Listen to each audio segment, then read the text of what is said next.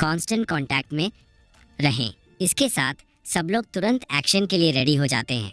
Red fire spider के nest पे पहुंचते ही उनको लेवल 5 हैचलिंग्स मिलते हैं और वो लोग उनको तुरंत स्टॉर्म करना शुरू कर देते हैं।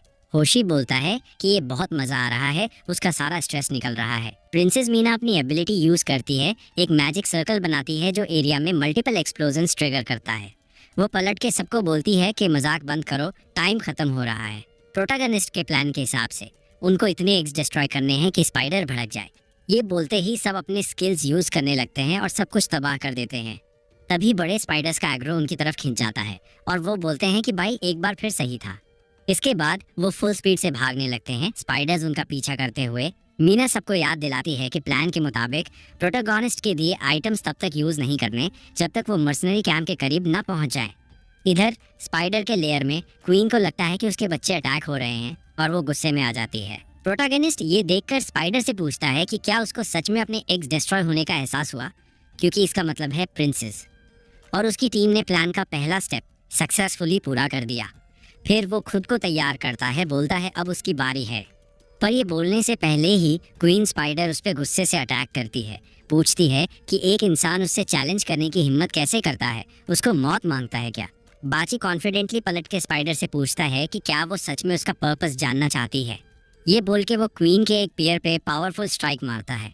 तभी स्पाइडर ट्रांसफॉर्म करती है, उसके करीब आती है और बोलती है कि उसको स्ट्रॉन्ग मेज बहुत पसंद है। अब जब उसके एग्स डिस्ट्रॉय हो गए, वो सजेस्ट करती है कि वो मैट करें ताकि ब्यूटीफुल बच्चे पैदा हो सके। बाची उसके इंटेंशन समझ के पूछता है कि क्या वो उस बात की बात कर रही है जहां वो न्यूरोटॉक्सिन्स इंजेक्ट करती है और फिर बॉडी खा जाती है। ये बोल के वो जल्दी से उसका सिर काट देता है, बोलता है कि उसको उसके ब्रीडिंग फार्म का हिस्सा बनने में कोई इंटरेस्ट नहीं। अचानक एक धमाका होता है और क्वीन स्पाइडर अपने ओरिजिनल फॉर्म में वापस आती है। गुस्से में प्रोटैगनिस्ट को फूल बोलती है। वो उसकी तरफ न्यूरोटॉक्सिन का जेट छोड़ती है, पर वो फुल स्पीड से ट्रीज के बीच डॉज करता हुआ भाग जाता है, वेनम से बचता हुआ, क्योंकि उसको पता है बॉस का गुस्सा पीक पे है। पर इस वक्त उसका गोल बैटल करना नहीं है। थोड़ी दूर जाके बाची रियलाइज करता है कि वो ज्यादा दूर नहीं जा सकता, वरना स्पाइडर का एग्रो खो देगा जो प्लान को खराब कर देगा। तो वो रुक जाता है, पर नोटिस नहीं करता कि क्वीन स्पाइडर उसके बिल्कुल ऊपर है। वो उस पे एक मैसिव वेब फेंकती है। वो डॉज कर लेता है, पर बॉस के वेब्स इतने शार्प होते हैं कि ग्राउंड को आसानी से काट देते हैं। बाची को याद आता है कि ओरिजिनल गेम में स्पाइडर का टेरिटोरियल अवेयरनेस स्ट्रॉन्ग था और चाहे कितना भी प्रोवोक करो, वो अपना टेरिटरी कभी नहीं छोड़ती। वो फिर से अटैक करती है, पर वो मुश्किल से डॉज करता है। स्पाइडर उसको टॉन्ट करती है, पूछती है कि वो सिर्फ भाग क्यों रहा है, क्या उसके डोमेन से डर गया। प्रोटैगनिस्ट रियलाइज करता है कि वो स्पाइडर को उसके टेरिटरी के एज तक ले आया है। सोचता है कि क्या यहाँ स्पाइडर अलग बिहेव करेगी। फिर उसको एक आइडिया आता है और वो टेस्ट करने का डिसाइड करता है। बॉस से चिल्ला के बोलता है कि उसको अपने कैप्टन के ऑर्डर्स हैं उसका सिल्क चुराना, और ये भी कि उनके कैंप में कम से कम 30 स्ट्रॉन्ग रोबस्ट आदमी हैं। फिर वो पूछता है कि स्पाइडर इसके बारे में क्या सोचती है। स्पाइडर शॉक हो जाती है, जल्दी से उसका पीछा करती है, बोलती है अगर वो झूठ बोल रहा है तो वो मारा जाएगा। बॉस से भागते हुए बाची खुश होता है, रियलाइज करता है कि उसका आइडिया काम कर गया और ये दुनिया सच में ओरिजिनल गेम सिनारियो फॉलो करती है, पर पूरी तरह फेथफुली नहीं। वो कंक्लूड करता है कि वो अपने गेम के समझ और क्रिएटिव थिंकिंग से वो चीज़ें अचीव कर सकता है जो पहले के गेम में इम्पॉसिबल थी। इस रियलाइजेशन से वो और एक्साइटेड हो जाता है, फील करता है कि वो सच में गेम का हैंग पकड़ रहा है। इधर पास में लेवल 20 स्कारलेट स्पाइडर्स गुस्से में हैं, प्रिंसेस मीना के ग्रुप का पीछा कर रहे हैं। प्रिंसेस जल्दी से सबको बोलती है कि फोकस रखो, क्योंकि बाई के प्लान के हिसाब से मर्सनरी कैंप अब करीब है। उसने जोर दिया कि सबको कैंप के किनारे तक पहुंचना है बिफोर दे टर्न इनविजिबल, ताकि स्पाइडर का एग्रो मर्सनरीज पर डाइवर्ट हो जाए। उसने साफ कहा कि मिशन का सक्सेस इस पर डिपेंड करता है कि वो 4 ग्रुप्स में बांटकर मर्सनरीज के कैंप को घेर लें, जिससे कोई एस्केप रूट ना बचे, और ये चीज़ आइटम्स के बिना पॉसिबल नहीं। इसलिए उन्हें कोऑपरेट करना होगा और जो पॉइंट आइटम्स उसने दिए हैं उन्हें वेस्ट नहीं करना है। फिर प्रिंसेस ने सिग्नल दिया और 4 ग्रुप्स अलग अलग डायरेक्शंस में निकल गए। जैसे प्लान था, मर्सिनरीज के कैंप के पास कुछ पेट्रोलिंग वाले मेंबर्स ने बाची के मारे हुए बॉडीज देखे और तुरंत अपने लीडर को बुलाया, बताया कि शिफ्ट चेंज के टाइम ये मिले और बिना किसी के नोटिस किए मारे गए।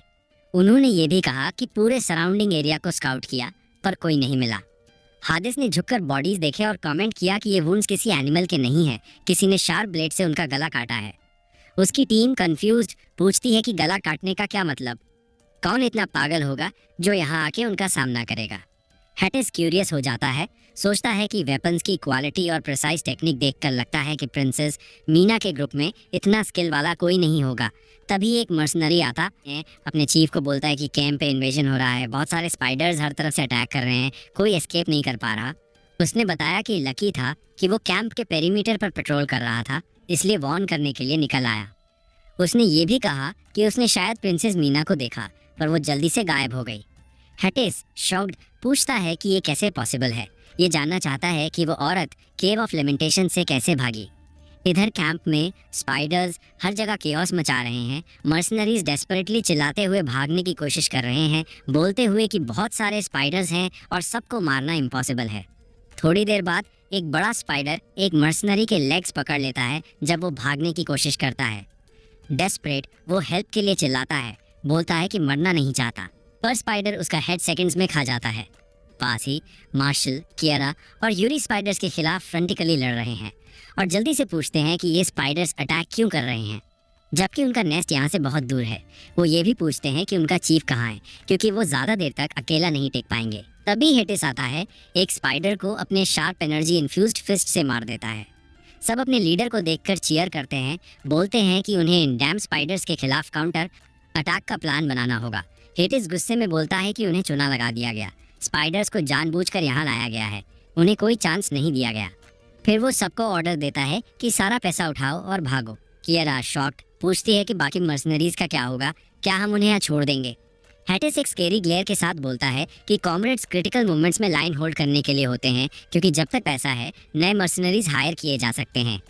फिर वो एक टेंट की तरफ पैसा उठाने के लिए भागते हैं, पर जैसे ही वो टेंट के पास पहुंचते हैं, क्वीन स्पाइडर, स्कारलेट विडो, एक लेवल 30 मॉन्स्टर निकलती है, सब कुछ डिस्ट्रॉय करती है और उनका पैसा हवा में उड़ जाता है। सब पैनिक करते हैं जब पैसा हर जगह बिखरता है। क्वीन खुश बोलती है कि प्रोटैगोनिस्ट सही था, यहाँ सच में बहुत स्ट्रांग लोग हैं। तुरंत बाद वो ज़मीन पर पड़े डेड बॉडीज़ को अपने वेब में लपेटना शुरू करती है, बाद में खाने के लिए, और साथ ही अपना टॉक्सिन छोड़ती है जो एक मर्सनरी को लग जाता है। हेटिस पीछे छलांग लगाकर अटैक डोज करता है। Queen spider multiple venom jet shoot करती है, पर मर्सनरीज का लीडर अपनी एजिलिटी से सब डोज कर देता है। स्कारलेट विडो ये देखकर हेटिस से पूछती है कि क्या वो वही लीडर है जिसका जिक्र एक सर्टेन लड़के ने किया था। हेटिस क्यूरियस हो जाता है, ये जानना चाहता है कि ये लड़का कौन है और क्या ये अटैक का मास्टरमाइंड हो सकता है। ये भी सोचता है कि क्या वो प्रिंसेस मीना के साथ अलाइड है, पर जल्दी ही उसने ये ख्याल डिसमिस कर दिया, सोच के अगर प्रिंसेस को इतना पावरफुल बंदा पता होता तो उनकी हेल्प की ज़रूरत ही नहीं पड़ती। तभी कोई उसका लेग पकड़ता है। ये यूरी है जिसका एचपी क्रिटिकली लो है और बॉडी क्वीन स्पाइडर के टॉक्सिन से पैरालाइज्ड।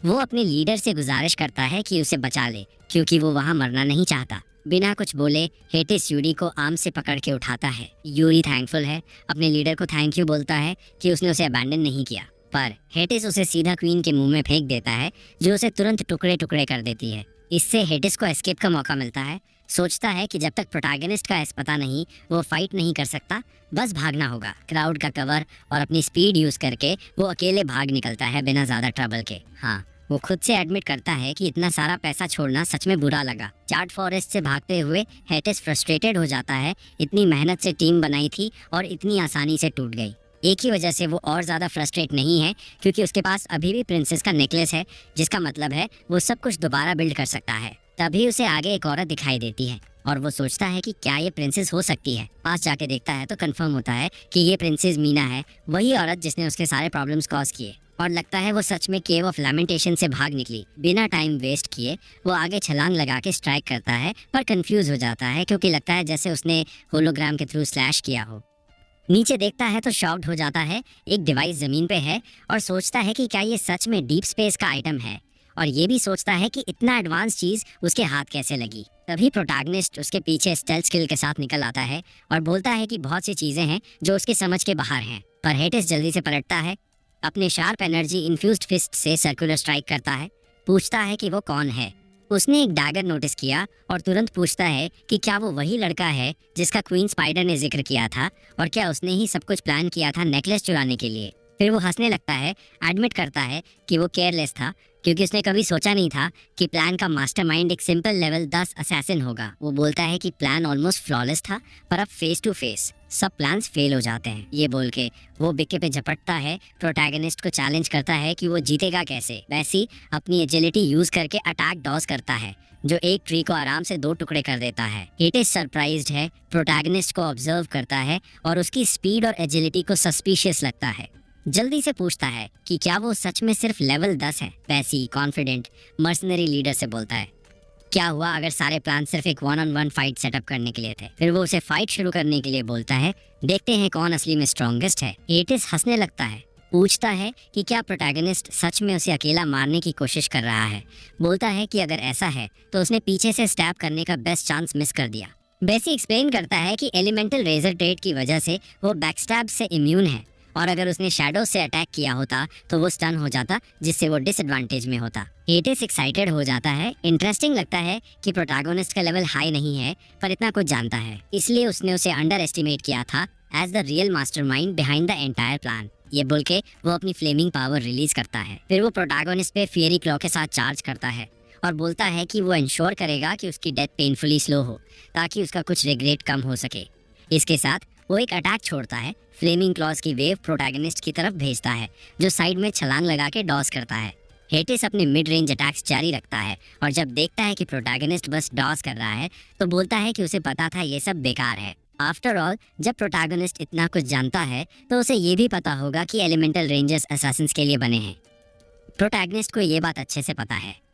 इनविजिबिलिटी, बैकस्टैबिंग और असैसिन्स की स्पीड एलिमेंटल रेंजर्स के सामने यूजलेस है। तभी हेटिस एक और क्लॉ अटैक प्रोटैगनिस्ट की तरफ भेजता है, फिर पूरा जोर लगा के कॉम्बो बनाता है। भागते हुए वो बोलता है कि ये बैटल जब से प्रोटैगनिस्ट आया उसका आउटकम पहले से फिक्स्ड था। बिक्के मर्सनरीज के अटैक को देखते हुए सोचता है कि क्लास एडवांटेज को कॉम्बैट एक्सपीरियंस से ओवरकम किया जा सकता है और ये डिसाइसिव फैक्टर नहीं है। असली में विक्ट्री स्किल्स से डिसाइड होती है। हेटिस के मूव का अंदाजा लगा के प्रोटैगनिस्ट फ्लेमिंग क्लॉज को आसानी से डॉस करता है और स्विफ्ट स्ट्राइक से काउंटर करता है। हेटिस सरप्राइज्ड हो जाता है, बोलता है कि लगता है प्रोटैगनिस्ट ने उसके अटैक सीक्वेंस के बीच में काउंटर अटैक कर दिया और उसका कॉम्बैट एक्सपीरियंस सच में इंप्रेसिव है। पर हेटिस डिक्लेयर करता है कि जब स्किल्स में ओवरवेलमिंग डिफरेंस हो तो कॉम्बैट एक्सपीरियंस मैटर नहीं करता। ये बोल के वो और पावर रिलीज करता है, फ्लेमिंग विंग्स बना लेता है। वो बोलता है कि भले ही प्रोटैगनिस्ट के पास थोड़ी स्किल हो पर ये काफ़ी नहीं है और अब उसका एंड है। बिक्के ये देखकर सोचता है कि उसका बेस लेवल 10 है, मैक्स लेवल कैप 30 के साथ, पर मैक्स लेवल सिर्फ एट्रीब्यूट्स पे अफेक्ट करता है, स्किल्स पे नहीं। इसलिए उसके क्लास स्किल्स बस लेवल 10 के हैं, जबकि मर्सनरी के पास full elemental ranger skills level 30 पे हैं, जो उसे नेचुरल एलिमेंट्स इम्ब्यू करने देते हैं अटैक और डिफेंस एनहांस करने के लिए, जिससे वो एक बहुत टफ ओपोनेंट बन जाता है। हेटिस प्रोटैगनिस्ट पे पूरा जोर लगा के चार्ज करता है, चिल्लाता है कि पहले उसे मारेगा फिर प्रिंसेस को। वो एक पावरफुल अटैक स्विंग करता है पर बिक्के टर्न करता है, जिससे ब्लो सिर्फ उसके क्लोक को हिट करता है। इससे उसका 30% एचपी रह जाता है। प्रोटैगनिस्ट अपना क्लोक पकड़ के बोलता है कि वो कभी 1-on-1 फाइट के लिए नहीं आता अगर उसे यकीन ना होता कि वो जीत सकता है। हेटिस एक सिनिस्टर लाफ करता है और पूछता है कि प्रोटैगनिस्ट उसे कैसे हराएगा। बिक्के फिर एक आइटम निकालता है और मुस्कुराते हुए हेटिस से पूछता है कि क्या उसे सच में एक्सप्लेन करना पड़ेगा, क्योंकि ऑब्वियस है कि वो ट्रिकरी यूज करेगा। यह आइटम एक कंज्यूमेबल क्लास इंसिग्निया है जो 3 मिनट के लिए लेवल 50 क्लास स्किल्स अनलॉक करता है। जल्दी से प्रोटैगनिस्ट आइटम यूज करता है और शैडो डेथ गॉड का टेरिफाइंग पावर अनलीश करता है। एक लेवल 50 असैसिन स्किल जो ब्लेड से स्पेस में रिफ्ट खोलता है, शैडो डीमंस को फाइट में हेल्प के लिए समन करता है। बिक्के फिर बोलता है कि जब स्किल्स डिसाइसिव हैं तो वो लेवल 50 एबिलिटीज यूज करके मर्सिनरी को क्रश करेगा। ये देखकर हेटिस थ्रिल्ड हो जाता है और प्रोटैगनिस्ट पे चार्ज करता है। बोलता है कि उसके पास बहुत सारे वीड ट्रिक्स हैं, पर एक बार उसे मार दिया तो सब कुछ उसका होगा। दोनों अपने फिस्ट से क्लैश करते हैं और इम्पैक्ट से आसपास सब कुछ तबाह हो जाता है। इस तरह वो एक फ्रेंजिड बैटल में घुस जाते हैं, पर बैटल ज्यादा देर नहीं चलता और बुरा हाल होने के बाद हेटिस फ्रस्ट्रेटेड हो जाता है। सोचता है कि क्या ये सच में पॉसिबल है या बस एक ट्रिक। इसके साथ वो उड़ के भाग जाता है प्रोटैगनिस्ट से दूर। ये रियलाइज करता है कि लेवल 50 स्किल सच में टेरिफाइंग है और अगर वो नहीं भागा तो यहीं मर जाएगा।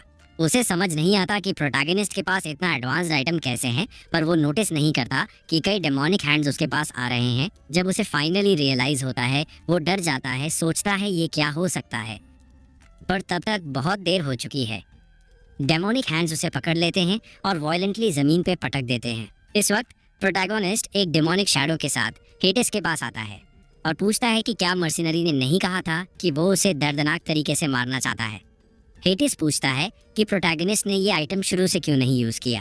फिर डर के मारे वो सवाल करता है कि क्या प्रोटैगनिस्ट ने शुरू से उसे टेस्ट किया था, क्या उसने कमजोरी दिखाई सिर्फ उसे ओवरवेलमिंग फोर्स से क्रश करने के लिए। बाद में हेटिस डर के बोलता है कि उसका प्रोटैगनिस्ट के खिलाफ कोई ग्रज नहीं है और जानना चाहता है कि उसने उसके साथ ऐसा क्यों किया।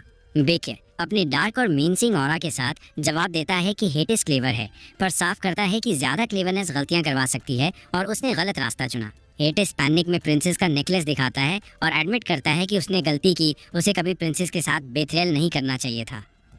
फिर वो प्रोटैगनिस्ट से रिक्वेस्ट करता है कि नेकलेस ले ले और उसकी जान बख्श दे, पर प्रोटैगनिस्ट को कोई इंटरेस्ट नहीं। बोलता है कि उसे हेटिस का पहला वाला एरोगेंट बिहेवियर ज़्यादा पसंद था और डिक्लेयर करता है कि उसे हेटिस की जान भी चाहिए और नेकलेस भी। ये बोल के वो मर्सिनरी पे चार्ज करता है, एक सीरीज ऑफ अटैक्स छोड़ता है। जब धूल बैठती है, हेटिस मुश्किल से जिंदा, दर्द और डर से भरा पूछता है कि प्रोटैगनिस्ट ने अभी तक उसे क्यों नहीं मारा और क्या वो उसे टॉर्चर करता रहेगा। बिक्के नेकलेस उठाता है और बोलता है कि अगर हेटिस सच में एनिमी होता तो अब तक मर चुका होता। वो एक्सप्लेन करता है कि उसने उसे अभी के लिए जीने दिया सिर्फ एक वादे की वजह से। इसके साथ प्रोटैगनिस्ट का सिस्टम उसे इन्फॉर्म करता है कि उसने साइड क्वेस्ट कंप्लीट कर लिया, जिसके लिए उसे 8000 सॉइल पॉइंट्स और एक एडिशनल अकाउंट अनलॉक पॉइंट मिलता है। फिर प्रोटैगनिस्ट नेकलेस वापस फेंकता है और बोलता है कि उसने जो करना था वो कर दिया, जल्दी से अपने सवाल पूछ लो बिफोर क्वीन स्पाइडर आ जाए। इस वक्त प्रिंसेस नेकलेस उठाती है और हेटिस के पास आती है, बोलती है कि उसने उन्हें डायरेक्टली नहीं मारा बल्कि केव ऑफ लैमेंटेशंस में फेंक दिया। वो डिमांड करती है कि उसका असली ऑब्जेक्टिव क्या था इस सब के पीछे। मौत के किनारे हेटिस सार्कास्टिकली पूछता है कि क्या प्रिंसेस एक्सपेक्ट करती थी कि वो कहेगा उसके दिल में थोड़ी सी गुडनेस बची है और वो जान की भीख मांगेगा और उसे रेडिक्यूल्स बंद करने को बोलता है, क्योंकि उसने सिर्फ यही चाहा था कि वो और उसका ग्रुप सबसे दर्दनाक तरीके से मरे। वो ऐड करता है कि उसे बहुत अफसोस है कि उसने उन्हें डायरेक्टली नहीं मारा। बिक्के चुप रहता है, मर्सिनरीज की बातें सुनता है, सोचता है कि मौत के किनारे भी हेटिस जिद्दी है, पर उसकी किस्मत यहीं खत्म नहीं होती। बिक्के रिफ्लेक्ट करता है कि उसने उसे इसलिए नहीं मारा क्योंकि उसने प्रिंसेस की लक पे दांव लगाया था। ये बिलीव करता था कि अगर उसने उसे बचाने का चॉइस नहीं किया होता तो भी वो केव ऑफ लैमेंटेशन से भाग जाती, किंगडम रिस्टोर करती और आखिर में उसका एनिमी बन जाती। बिक्के को सिर्फ अपने इंटरेस्ट की परवाह है, उसे कोई फर्क नहीं पड़ता कि उसके एक्शन से दूसरों पे क्या असर होता है, क्योंकि उसे पता है कि दुनिया एक क्रूएल जगह है। हेटिस हंसता हुआ बोलता है कि उनकी किस्मत उससे भी बुरी है क्योंकि वो पूरी दुनिया के खिलाफ लड़ रहे हैं। होशी गुस्से में मर्सनरी पे अपनी तलवार के साथ झपटा है, उसे चुप होने का ऑर्डर देता है। वो पूरी ताकत से स्विंग करता है, पर हेटिस को एक वेब खींच लेता है जिससे होशी का स्ट्राइक सिर्फ जमीन पे लगता है। ये क्वीन स्पाइडर स्कारलेट विडो थी जो डिक्लेयर करती है कि मर्सनरी उसका है। हेटिस हंसने लगता है, बोलता है कि वो बॉस के हाथों ड्रेन होना पसंद करेगा, ना कि उनके हाथों मरना, और ये कि उन्हें उसे मारने का मौका नहीं मिलेगा क्योंकि सब यहाँ साथ में मरेंगे। इस वक्त स्पाइडर क्वीन कई मर्सनरी कॉप्सेस अपनी पीठ पे लेकर बोलती है कि उसे फाइनली प्रोटैगनिस्ट मिल गया। वो मेंशन करती है कि जिस कैंप में उसने उसे ल्योर किया था वो पहले से लूटेड हो चुका है और अब सिर्फ वो बचा है। एक बार उसे कैप्चर कर लिया तो वो अपने लेयर में वापस जाकर सारी बॉडीज पे फीस्ट कर सकती है। बिक्के जल्दी से सबको रिट्रीट करने का ऑर्डर देता है, अनाउंस करता है कि वो बॉस का अकेले सामना करेगा। ये रियलाइज करता है कि उसके पास जो एक क्लास इंसिग्निया था वो ऑलरेडी यूज हो चुका है और उसका इफेक्ट 1 मिनट से भी कम बचा है, इसलिए उसे फाइट जल्दी खत्म करनी होगी। सब लोग हीरो के साथ खड़े हो जाते हैं, ये दिखाते हुए कि वो उसको अकेला नहीं लड़ने देंगे क्योंकि उसने ऑलरेडी उनके लिए बहुत कुछ किया है। स्कारलेट विडो गुस्सा हो जाती है और चिल्लाती है कि वो सबको मार देगी। ये बोल के वो फुल फोर्स से उन पर अटैक करती है, लेकिन तभी एक जोर का दहाड़ रोर सुनाई देता है। क्वीन का स्पाइडर शॉक में चिल्ला उठता है, पूछता है कौन है जो उसके खिलाफ दहाड़ रहा है। फिर एक बड़ा सा पॉ स्पाइडर पे जोर से ठुकता है, हीरो को बिल्कुल शॉक में डाल देता है। सोचता है ये तो इम्पॉसिबल है, कोई एंशिएंट ड्रैगन डिग्नर ब्लैक, जिसका लेवल पता नहीं, अभी उनके सामने आ चुका है और उसकी ऑरोरा से पूरा एरिया कांप उठा है। ड्रैगन स्पाइडर को अपने पॉ के नीचे कुचलता है, जबकि प्रिंसेस का ग्रुप डर के मारे सोचता है कि ये लेजेंडरी एंशिएंट ड्रैगन यहाँ क्यों आया और क्या उन्होंने लड़ना चाहिए या भागना चाहिए। तभी हीरो सबको बोलता है कि वहीं रुक जाओ, कोई सडन मूवमेंट मत करो, लेकिन अंदर से वो खुद शॉक में है क्योंकि ये एक और अनएक्सपेक्टेड ट्विस्ट है जो उसके प्लान्स में नहीं था और उसको जल्दी से कुछ सोचना है। जब स्पाइडर कुचला जा रहा होता है, वो गुस्से से पूछती है कि ये ड्रैगन कौन है, उसने इससे पहले यहाँ कभी नहीं देखा। वो चिल्लाती है कि कैसे उसकी टेरिटरी में ऐसे घुसने की हिम्मत की। ड्रैगन फिर स्पाइडर को छोड़ देता है और बिना सोचे उसको खा जाता है। बाइकी ये देख के याद करता है कि गेम में वाइल्ड स्पीशीज रेशियल रिकॉग्निशन और आइसोलेशन के बेसिस पे काम करती हैं, लेवल या रेस के डिफरेंस को इग्नोर करते हुए। अगर उनको कुछ पसंद नहीं आता वो लड़ते हैं, लेकिन वो कैल्म हो जाता है जब उसको ब्लैक ड्रैगन के बारे में और याद आता है। ध्यान से देखने पर उसको यकीन हो जाता है कि ये डिग्नर ब्लैक एंशिएंट ड्रैगन नहीं बल्कि गार्डियन ड्रैगन है। उसे याद आता है कि ओरिजिनली डिग्नर वर्ल्ड्स सोल के 3 ड्रैगन्स में से एक था, साथ में एक मेल ब्लैक ड्रैगन, एक रेड फीमेल और एक ब्लू फीमेल, सब लेजेंडरी लेवल के। जब से वर्ल्ड सोल सिटी डेवास्टेटेड में डिस्ट्रॉय हुआ, डिग्नर ब्लैक को लास्ट टाइम फॉलन स्टार्स के पहले बैटल में देखा गया था। बाइकी को पता है कि गेम में उसने इस ड्रैगन को हिडन बॉस के रूप में मैक्स लेवल पे कई बार हराया था, लेकिन अभी इसका सामना करना मतलब सीधा मौत। तभी ड्रैगन अटैक के लिए रेडी होता है और सब डर के मारे सोचते हैं कि अब गए। लेकिन हीरो जल्दी से एंशिएंट डायलेक्ट में ड्रैगन को चिल्लाता है, मर्सी मांगता है, बोलता है कि हम दुश्मन नहीं हैं। डिग्नर ब्लैक कंफ्यूज हो जाता है और अपना अटैक रोक देता है। प्रिंसेस का ग्रुप शॉक में है और जानना चाहता है कि ये क्या हुआ। प्रिंसेस बताती है कि ये ड्रैगन लैंग्वेज था। डिग्नर अपना सिर झुकाता है और हीरो से पूछता है कि एक इंसान को ड्रैगन लैंग्वेज कैसे आती है, क्योंकि ह्यूमैनिटी के छोटे से हिस्ट्री में 10 से भी कम लोगों ने इस एंशिएंट टंग को मास्टर किया है। हीरो बताता है कि उसको न सिर्फ ड्रैगन लैंग्वेज आती है बल्कि वो डिग्नर के नोबल और सीक्रेट आइडेंटिटी के बारे में भी जानता है। उसने dragon language skill book use किया था, जो हाई इंटेलिजेंस नहीं मांगता लेकिन हाई इमोशनल इंटेलिजेंस चाहिए, क्योंकि ये गलती और यूजर चल के राख हो सकता है। फिर हीरो घुटने पे बैठता है और ड्रैगन के टाइटल्स जैसे guardian of the world soil, witness of rules and laws, nobles partner of the star royalty, black star representing strength and fire और गार्डियन ड्रैगन डिग्नर को रिपीट करता है। फिर वो अपना इंट्रो देता है और ड्रैगन को सल्यूट करता है। तब ड्रैगन जोर से दहाड़ता है, पूछता है कि हीरो को उसके टाइटल्स और असली आइडेंटिटी कैसे पता, और सच बोलने को कहता है, नहीं तो वो उसको वहीं मार देगा। ड्रैगन हीरो को चेतावनी देता है कि कुछ मीठे शब्द उसे बेवकूफ़ नहीं बना सकते, क्योंकि इंसान कमज़ोर और धोखेबाज होते हैं। वो कहता है कि अब वो एक भी इंसानी बात पर भरोसा नहीं करेगा।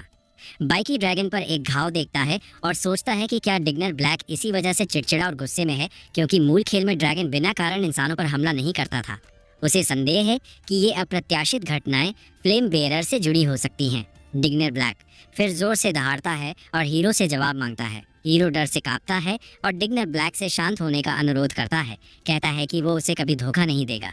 वो कहता है कि उसे ये सब इसलिए पता है क्योंकि वो स्टार रॉयल्टी के अंतिम वारिस की सेवा करता है, जिसका ड्रैगन के साथ गहरा रिश्ता है। ये कहते हुए वो राजकुमारी मीना की ओर इशारा करता है। कहता है कि वो स्टार रॉयल्टी की अंतिम बची हुई सदस्य है, grand princess Meena star. Meena को समझ नहीं आता कि हीरो क्या कह रहा है, लेकिन उसे लगता है कि हीरो कुछ योजना बना रहा है, तो वो उसकी बात के साथ चलती है और आत्मविश्वास से भरी मुद्रा बनाए रखती है। बाइकी आगे कहता है कि ड्रैगन और स्टार रॉयल्टी के अनुबंध के अनुसार वो न केवल मीना को मार नहीं सकता बल्कि उसकी रक्षा करना भी उसका कर्तव्य है। डिग्नर ब्लैक हंसने लगता है और हीरो से पूछता है कि क्या वो उसे धमकाने की कोशिश कर रहा है।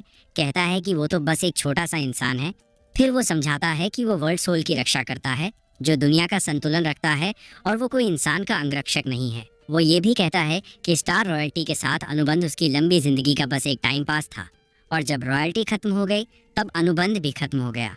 ये कहकर वो जमीन पर जोर से पंजा मारता है, जिससे पूरा क्षेत्र टूट जाता है और एक बड़ी सी हवा की लहर निकलती है। डिग्नर ब्लैक फिर दहाड़ता है, चेतावनी देता है कि उसका धैर्य खत्म हो रहा है, लेकिन वो अपनी योग्यता साबित करने का एक आखिरी मौका देगा, नहीं तो सब यहीं मरेंगे। जल्दी से हीरो प्रोआ राजकुमारी का हार उठाता है और डिग्नर ब्लैक से कहता है कि इसे देखो, ये स्टार कोर है जो केवल शाही वंश के पास हो सकता है। ड्रैगन अभी भी गुस्से में और परी के विस्फोट के लिए तैयार दहाड़ता है कि अकेला कुछ साबित नहीं करता। ये कहकर वो राजकुमारी की ओर ड्रैगन ब्रीथ छोड़ता है, लेकिन बाइकी उसे पकड़कर कूदता है और हमले से बच जाता है। डिग्नर ब्लैक का हमला इतना शक्तिशाली होता है कि जो भी रास्ते में आता है वो तबाह हो जाता है।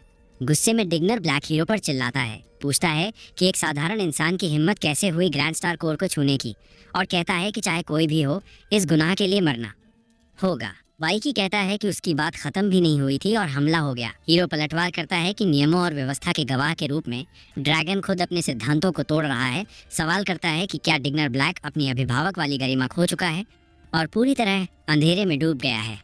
लेकिन अंदर से वो चिंता में है, क्योंकि उसकी जान तो बची, पर उसने 2 और कीमती गहरे अंतरिक्ष आइटम बर्बाद कर दिए। डिग्नर ब्लैक अगला हमला तैयार करता है।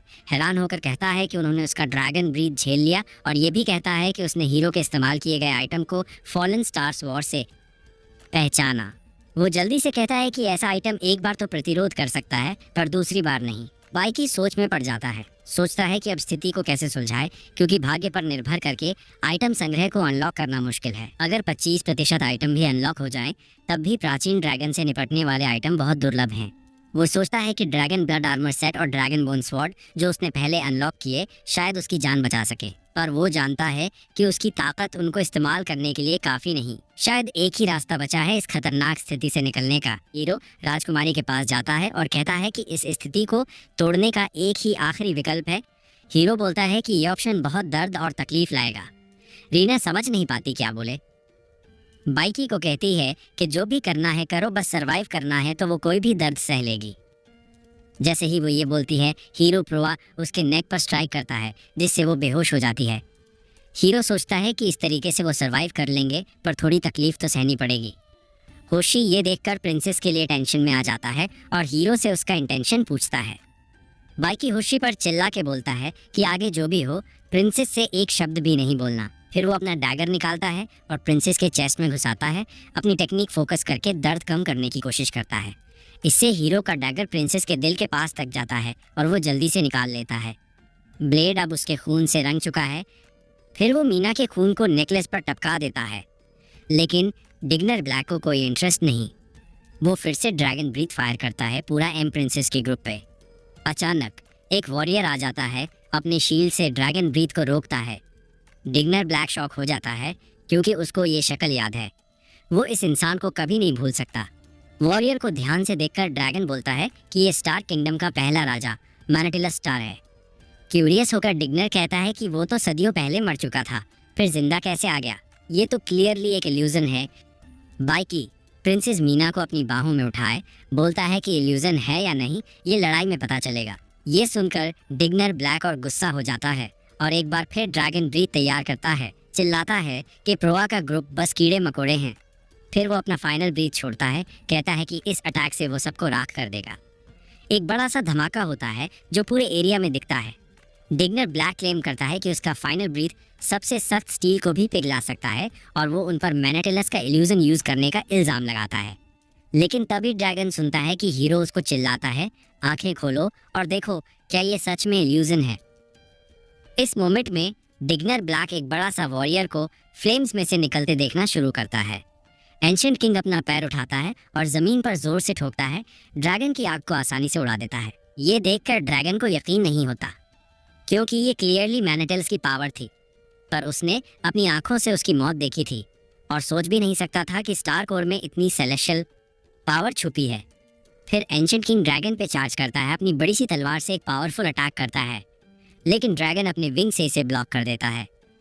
फिर भी इस अटैक से डिग्नर की आधी एचपी चली जाती है और वो सोचने लगता है कि क्या प्रिंसेस मीना सच में मैनेटिलस की वंशज है।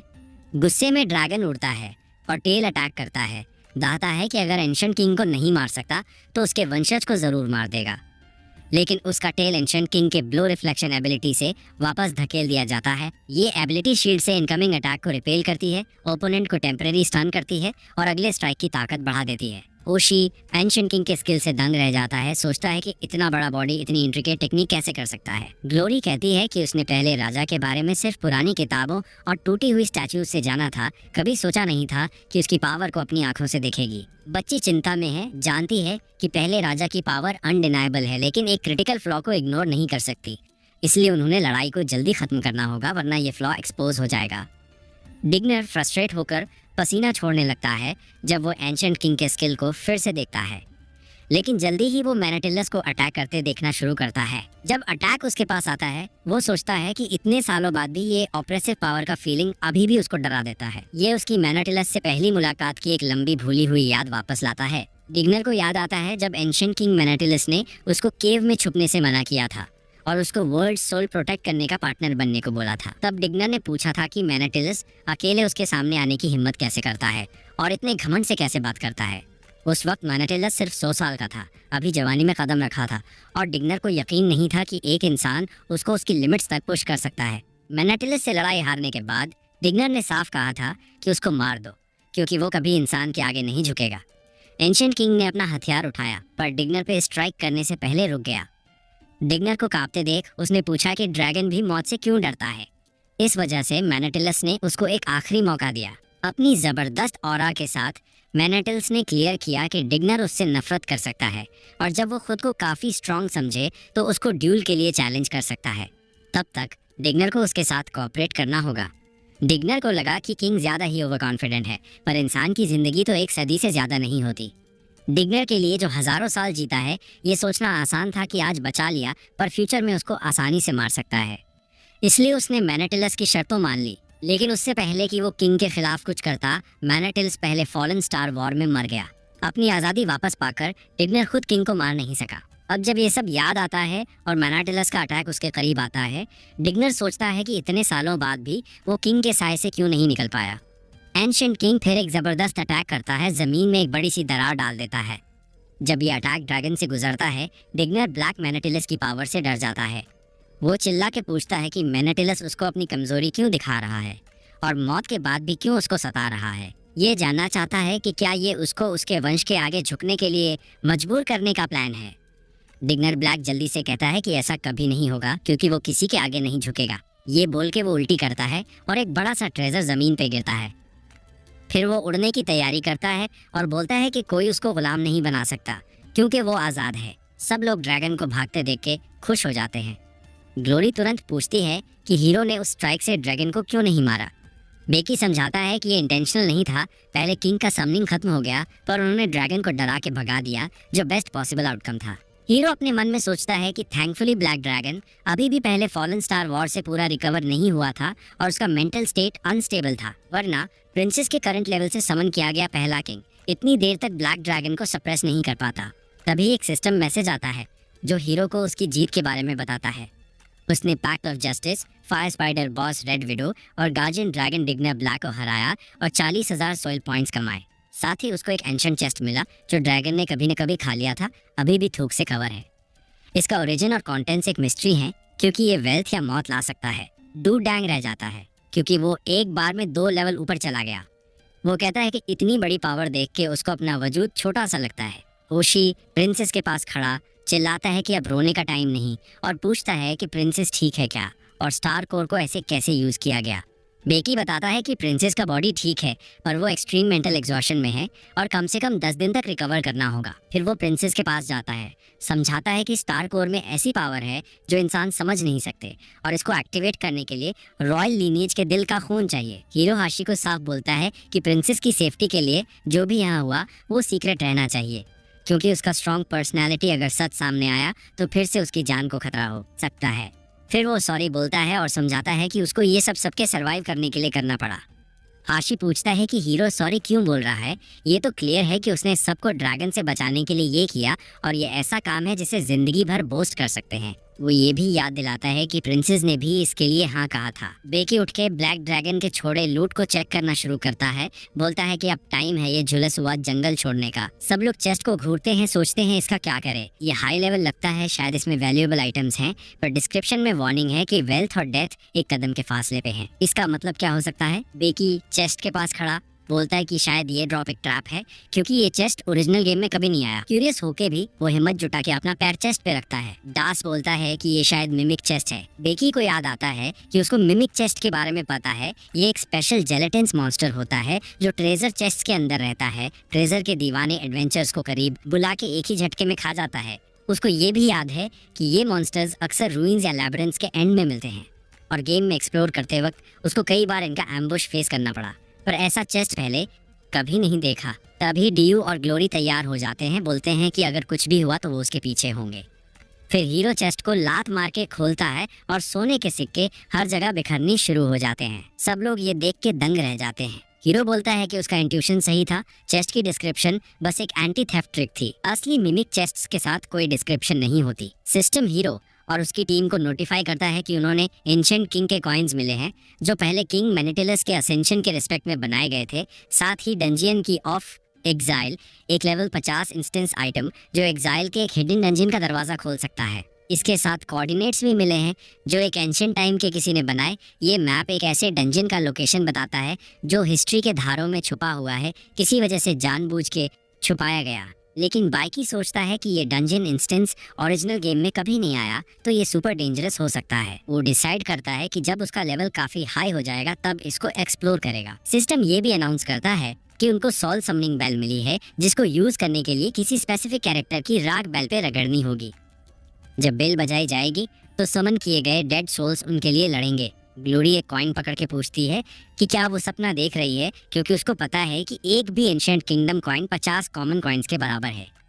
डियो खुशी से सोने के सिक्कों के ढेर में कूद पड़ता है। तभी हीरो बोलता है कि ये सारे सिक्के उनके लिए हैं, पर वार्न करता है कि दोबारा धोखा ना खा जाए। होशी कंफ्यूज होकर बोलता है कि ये उसको अनफेयर लगता है, क्योंकि अब तक की सारी लड़ाइयाँ हीरो के एफर्ट्स की वजह से जीती गई हैं। बाइकी क्लियर करता है कि सारा अमाउंट देना का मतलब ये नहीं कि उसको कुछ नहीं चाहिए, ये बस कंट्री के रेस्टोरेशन के लिए एक इन्वेस्टमेंट है। वो कहता है कि जब कंट्री रीबिल्ड हो जाएगा तब उसको बड़े रिवॉर्ड्स की उम्मीद है। होशी मुस्कुराता है, कहता है कि उसको हीरो के बारे में अपनी सोच बदलनी होगी। वो सिर्फ एक फियरलेस और पावरफुल हीरो नहीं, बल्कि एक ऑन्स मर्चेंट भी है जो लंबी विजन रखता है। वो श्योर है कि ये इन्वेस्टमेंट जब प्रिंसेस जागेगी तब उसको बहुत खुश करेगा। बाइकी होशी से एग्री करता है और ग्लोरी एक्साइटेड हो जाती है, बोलती है कि अब वो ऑफिशियली एक टीम है। वो जल्दी से हीरो से पूछती है कि अब नेक्स्ट मूव क्या है। प्रिंसेस की तरफ देख के बाइकी बताता है कि वो ओरिजिनल प्लान के साथ चलेंगे, एक मर्सनरी कंपनी रिक्रूट करेंगे और फिर बैरन रॉबी के साथ अलायंस बनाएंगे। प्रिंसेस अभी रिकवर कर रही है, तो अभी के लिए यही एक ऑप्शन है। हीरो सोचता है कि बैरन रॉबी किंगडम ऑफ अलीना का एक फेमस नोबल है। वो रिच, इन्फ्लुएंशियल और वेल कनेक्टेड है, पर एक मिस्टीरियस फिगर भी है। स्टार रॉयल फैमिली के साथ उसका फेवर होने की वजह से वो प्रिंसेस मीना से कोई ग्रज नहीं रखता, तो वो एक सेफ रिफ्यूज है। ये सोच के हीरो अनाउंस करता है कि वो अंका विलेज जाएगा और उन पर भरोसा रख रहा है। ग्लोरी नाम याद करते हुए बोलती है कि उसने ये नाम मैप पे देखा था और सोचती है कि हीरो ऐसे छोटे से जगह क्यों जा रहा है। होशी लंबी सांस लेके ग्लोरी को बोलता है कि कोई बात नहीं, हीरो के अपने प्लान्स हैं और उनको टेंशन लेने की जरूरत नहीं। होशी प्रिंसेस को अपनी पीठ पे उठाता है और कहता है कि वो थोड़ी देर बैरन रॉबी के साथ रहेंगे और जब हीरो अपना काम खत्म कर लेगा तो वहाँ मिल सकते हैं। ये बोल के सब हीरो को बाय बोलते हैं, अगले रियूनियन के लिए एक्साइटेड होते हुए। बेकी अलविदा कहता है और प्रॉमिस करता है कि वो फिर मिलेंगे, और ये भी बोलता है कि जब प्रिंसेस जागे तो उसकी तरफ से सॉरी बोल देना। इसके साथ सिस्टम हीरो को नोटिफाई करता है कि उसकी रेपुटेशन प्रिंसेस मीना के कैंप के साथ काफी बढ़ गई है। तभी पहले किंग के पावरफुल अटैक से बनी दरार में से डेमोनिक हाथ निकलने शुरू होते हैं। थोड़ी ही देर में और भी हाथ दिखाई देते हैं और आखिर में एक डेमोनिक क्रीचर सरफेस करता है। बेकी को याद आता है कि ओरिजिनल गेम में पहला चैप्टर 3 मैप्स का था और तीनों को 100% कंप्लीट करने पर मेयर एक फाइनल मिशन रिवॉर्ड के रूप में देता था, पर उसको अब रियलाइज होता है कि प्रोग्रेशन का ऑर्डर पूरा उल्टा हो गया है। वो जानता है कि थ्रोन ऑफ सोल्स एक ओपन वर्ल्ड गेम है जिसमें प्लेयर्स मिशंस स्किप कर सकते हैं और इनिशियल विलेज प्रोग्रेस बाईपास कर सकते हैं। फिर भी ऑल टाइम ग्रेटेस्ट प्लेयर होने के नाते वो अनएक्सप्लोर्ड मैप्स या अनफिनिश्ड मिशंस बर्दाश्त नहीं कर सकता। इस दुनिया में रीइनकार्नेट होने के बाद उसको एक पल का सुकून नहीं मिला था अपने आप को रिव्यू करने, जो हुआ उसको समझने और फ्यूचर के लिए प्लान बनाने का। इसलिए उसने अंका विलेज जाने का फैसला किया। सोचता है कि वहाँ ये सब करने के लिए परफेक्ट जगह है। ये विलेज भले ही गरीब है पर रिलेटिवली सेफ और हार्मोनियस है, जहाँ लोग ऑप्टिमिस्टिक और हार्डवर्किंग हैं। अपोकैलिप्स के बीच एक रेयर ह्यूमन टच वाली जगह। ये सब अंका विलेज के चीफ अंकोवेर की वजह से है, जो विलेज को ऑर्गेनाइज्ड तरीके से मैनेज करता है और न्यूकमर्स जैसे उसको गाइड करता है, जो उसको एक ट्रस्टवर्थी फिगर बनाता है। पर जब हीरो चल रहा होता है वो अपने सराउंडिंग्स देखता है और एनवायरनमेंट को अननेचुरली शांत पाता है। न कोई चिड़ियों की आवाज़, न कीड़ों की, न ही विलेजर्स का यूजुअल रात का कैंपफायर के आसपास का गपशप।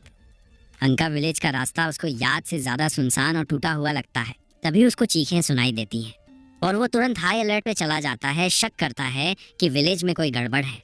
वो अंका विलेज की तरफ दौड़ता है, जल्दी पता लगाने के लिए कि क्या हो रहा है। इसके साथ ही कहीं और एक एंशिएंट लैंग्वेज में चैंटिंग गूंज रही होती है। एक सैक्रिफिशियल रिचुअल चल रहा है और एक पार्टिसिपेंट एक लड़के से पूछता है कि क्या वो अपने पेरेंट्स को छोड़ के भागने के बारे में सोच रहा है। उसको आखिरी हिम्मत छोड़ने और असेंशन एक्सेप्ट करने को कहता है, क्योंकि ये उसका बेस्ट डेस्टिनी होगा। लड़का चेन से छूटने की कोशिश करता है पर कोई फायदा नहीं। एल्डर बोलता है कि टाइम खत्म हो गया है और दूसरे मेंबर को तुरंत आगे बढ़ने को कहता है। एक सेक्ट मेंबर लड़के को पकड़ता है जबकि दूसरा उसके पेट डेमोनिक लार्वे रखता है। वो क्रीचर चिल्ला के लड़के पे फोकस करता है और सेक्ट मेंबर्स एंशिएंट लैंग्वेज में चैंटिंग शुरू करते हैं, जिससे लड़का और भी डर जाता है। लार्वे फिर उसके पेट में घुसना शुरू करता है और लड़का दर्द से चीख पड़ता है। लेकिन अचानक एक उड़ता हुआ डैगर डेमोनिक क्रीचर को लगता है, जिससे वो पूरा अंदर नहीं जा पाता। डैगर की ताकत से क्रीचर उड़ के एक पेड़ में जाकर पिन हो जाता है। सेक्ट मेंबर्स शॉक में इधर उधर देखते हैं, ये जानने की कोशिश में कि कौन है वहाँ। तभी हीरो आगे आता है और बोलता है कि सवाल तो उसको पूछना चाहिए। ये मांग करता है कि वो सच में कौन है और अंका विलेज का क्या हुआ। सेक्ट मेंबर्स घबरा जाते हैं क्योंकि उनका सेक्रेड इंसेक्ट मार दिया गया, जो एक अनफॉरगिवेबल गुनाह है। एक मेंबर डेड क्रीचर को हाथों में पकड़ के दुखी होके होली मदर इंसेक्ट से बात करता है, बोलता है कि सुप्रीम क्रिस्टल डिस्ट्रॉय हो गया और इसका इल्जाम हीरो पे लगाता है। ये सुन के हीरो क्यूरियस हो जाता है, सोचता है होली मदर इंसेक्ट कौन है, क्योंकि ये नाम गेम में पहले नहीं आया। पर उसको याद आता है कि सिमिलर स्पीशीज थी, लेकिन नॉविस विलेज के पास कोई नहीं होनी चाहिए थी। वुडेड लोग गुस्से में हीरो पे चार्ज करते हैं, चिल्लाते हैं कि ऐसे गुनाह के लिए उसको मार देंगे और उसके बॉडी को होली मदर इंसेक्ट का ब्लेसिंग इंक्यूबेट करने के लिए यूज करेंगे। लेकिन हीरो दोनों अटैक्स को आसानी से डॉज कर देता है और जल्दी काउंटर करता है, उनको पीठ पे स्ट्राइक करके खत्म कर देता है। बाइकी हीरो सेक्ट मेंबर्स पे टैटूज देखता है और टेंशन में आ जाता है। रियलाइज करता है कि नेस्ट यहाँ से काफी दूर होना चाहिए। अगर ये यहाँ आया तो शायद विलेज में एक रिन्यूअर छुपा है। सेक्ट लीडर फिर एक इंसेक्ट शेप्ड आर्टिफैक्ट हाथ में पकड़ता है और हीरो को साफ बोलता है कि ये खत्म नहीं हुआ। वो होली मदर इंसेक्ट के लिए चैंटिंग शुरू करता है, जिससे एक एनर्जी हीरो और गिरे हुए बॉडीज की तरफ फैलती है। लीडर हीरो को टॉन्ट करता है, कहता है कि वो जो होने वाला है उसको समझ भी नहीं सकता। जब वो बोल रहा होता है, गिरे हुए सेक्ट मेंबर्स के बॉडीज में अजीब ट्रांसफॉर्मेशन शुरू हो जाता है। वाईके ये देख के नाक बंद करता है क्योंकि बहुत बदबू आ रही है। उसको सॉफोल डीप स्पेस पैरासाइट वाला फैमिली ट्रांसफॉर्मेशन प्रोसेस याद आता है। जब सेक्ट मेंबर्स लेवल 10 इंसेक्टेड म्यूटेंट्स में ट्रांसफॉर्म हो जाते हैं, सेक्ट लीडर सेक्रेड आर्टिफैक्ट पकड़ के हंसता है और हीरो से बोलता है कि सेक्रेड असेंशन रिचुअल रोकने की कीमत उसको अपनी जान से चुकानी पड़ेगी। फिर एक म्यूटेंट सेंटिप्लिकेटो signature ability powdered neurotoxin use करता है। हीरो अपने केप से खुद को डिफेंड करता है, पर उसको पता है कि अगर ये पाउडर इनहेल हो गया तो सीवियर हेल्यूसिनेशंस होते हैं, जिससे जल्दी फिजिकल और मेंटल डिग्रेडेशन होती है। वो जल्दी से पीछे से आता हुआ अटैक सेंस करता है जब लीडर चिल्लाता है कि रेजिस्टेंस बंद करो। एक म्यूटेंट हीरो के बॉडी को पियर्स करता है, पर जल्दी ही कंफ्यूज हो जाते हैं जब देखते हैं कि सिर्फ हीरो का केप वहाँ बचा है। अचानक हीरो इंसेक्टॉइड्स के ऊपर से अपीयर होता है, स्ट्राइक के लिए रेडी। पर पहले लीडर से पूछता है कि उनका असली मास्टर कौन है। म्यूटेंट्स जवाब नहीं देते और एक और अटैक लॉन्च करते हैं, पर वो बाइके को हार्म नहीं कर पाते, जो अपनी एजिलिटी से उनके हर मूव को पहले ही भाप लेता है। वो जल्दी उनको फिर से खत्म कर देता है। रिचुअल का रिस्पॉन्सिबल आदमी दंग रह जाता है और हीरो से पूछता है कि उसने 2 असेंडेड को इतनी आसानी से कैसे हरा दिया। बाइके एक खतरनाक नजर से वार्न करता है कि वो सिर्फ एक और मौका देगा और फिर से मांग करता है कि उसको ये बताए कि असेंशन के बारे में किसने सिखाया। बूढ़ा आदमी घबरा के भागने लगता है, चिल्लाता है कि उसके पास बोलने को कुछ नहीं है। बाइके ठंडे अंदाज में बोलता है कि सेंटो के सपोर्ट के बावजूद ये बूढ़ा आदमी एक नॉविस शूटर के दिमाग से ज्यादा कुछ नहीं था और अब उसका कोई काम नहीं। ये बोल के वो एक डैगर फेंकता है जो बूढ़े के सर में घुस जाता है। तभी सिस्टम हीरो को नोटिफाई करता है कि उसको 180 रिकंस्ट्रक्शन पॉइंट्स मिले और एक एक्सोटिक 9 इंसेक्ट आइटम, जो एक समनिंग आइटम है। जब ये अपनी पूंछ से वाइब्रेटिंग आवाज निकालता है तो बॉडीज के अंदर छुपे पैरासाइट्स को रिवील कर देता है। बाइकी इस आइटम से क्यूरियस हो जाता है और सोचता है कि अगर इसके पीछे कोई मैनिपुलेटर है तो वो इतना बड़ा रिस्क लेकर अंका जैसे छोटे गाँव में सेंटिप्लिक क्यों लाया। इसका पर्पस क्या हो सकता है। हीरो सोचता है कि डीप स्पेस पैरासाइट सेंटिपेडो अननोन एलियन पैरासाइट्स के एग से आता है, जो एक स्पेस एक्सप्लोरेशन वेसल से ट्रांसपोर्ट हुए थे। शिप के क्रैश होने के बाद एग्स लीक हो गए और इस दुनिया की स्पीशीज के साथ मिक्स हो गए, जिससे एक अनकंट्रोलेबल जेनेटिक डिजास्टर हुआ। सेंटिप्लिक प्लांट्स, इंसेक्ट्स, एनिमल्स और ह्यूमंस को पैरासिटाइज कर सकता है और 3 पॉसिबल आउटकम्स होते हैं। पहला, अगर पैरासिटाइज फेल हो जाता है तो होस्ट तुरंत मर जाता है। दूसरा, एक ऑर्डरली सिम्बायोसिस जो डिटेक्ट करना मुश्किल है। और तीसरा, सबसे डरावना म्यूटेंट सिम्बायोसिस, जहां सेंटिप्लिक होस्ट के अंदर लेटेंट अननोन फोर्सेस को एक्टिवेट करता है, म्यूटेशंस ट्रिगर करता है और पावर और इंटेलिजेंस बढ़ाता। पैरासिटाइजेशन के बाद होस्ट का माइंड बचा रहता है, पर वो अनकंट्रोलेबल ओबीडियंस और ग्रुप कॉन्शियसनेस डेवलप कर लेता है। इसी तरह सेंटिप्लिक सर्वाइव करते हैं। ओरिजिनल गेम में एक कल्ट था जो सेंटिप्लिक की पूजा करता था, पर जो लोग सेक्रेड इंसेक्ट मदर का जिक्र करते थे वो शायद सेंटिप्लिक या उसके पैरासिटाइज चीज की बात कर रहे होते थे। बाइकी याद करता है कि ओरिजिनल गेम के प्रोग्रेशन में सेंटिप्लिक मैप तीसरे चैप्टर में आता था और रिनोवेटर्स के अलावा म्यूटेशन का कोई और लॉजिकल रीजन नहीं है। तभी हीरो डीना के पास जाता है, जो तुरंत बाइके से गुजारिश करता है कि पास ना आए, अपनी जान की भीख मांगता है, बोलता है कि उसने असेंशन एक्सेप्ट नहीं किया। बाइकी को डीना नॉविस विलेज से याद आता है, जहां वो एक चीयरफुल और प्रॉमिसिंग एनपीसी था जो हमेशा प्लेयर को गाइड करता था। वो हीरो को देख के खुश होता था और प्राउड फील करता था जब हीरो ने अकेले मिशन कंप्लीट किया। इसलिए डीना ने कड़ी ट्रेनिंग शुरू की। बोलता था कि वो हीरो जैसा स्ट्रांग बनना चाहता है। बाइक के अल्टर पर बैठता है, क्यूरियस होकर जानना चाहता है कि डीना ने क्या क्या सह लिया जो वो इस हालत में है। वो डीना को तसल्ली देता है कि उसको नहीं मारेगा, पर यह जानना जरूरी है कि इसके पीछे कौन है। डर के मारे डीना बताता है कि ये विलेज चीफ का काम है। वो कहता है कि चीफ एक पागल मॉन्स्टर बन गया और सबको अपने साथ खींच लिया। जो रजिस्ट किए उनको मार दिया गया या डंजन में बंद करके मरने के लिए छोड़ दिया, जिसमें डीना की माँ भी है जो अभी वहाँ बंद है। डीना बताता है कि वो हेल्प मांगने के लिए भागा था, पर वाइल्डरनेस में कोई हेल्प मांगने का तरीका नहीं था।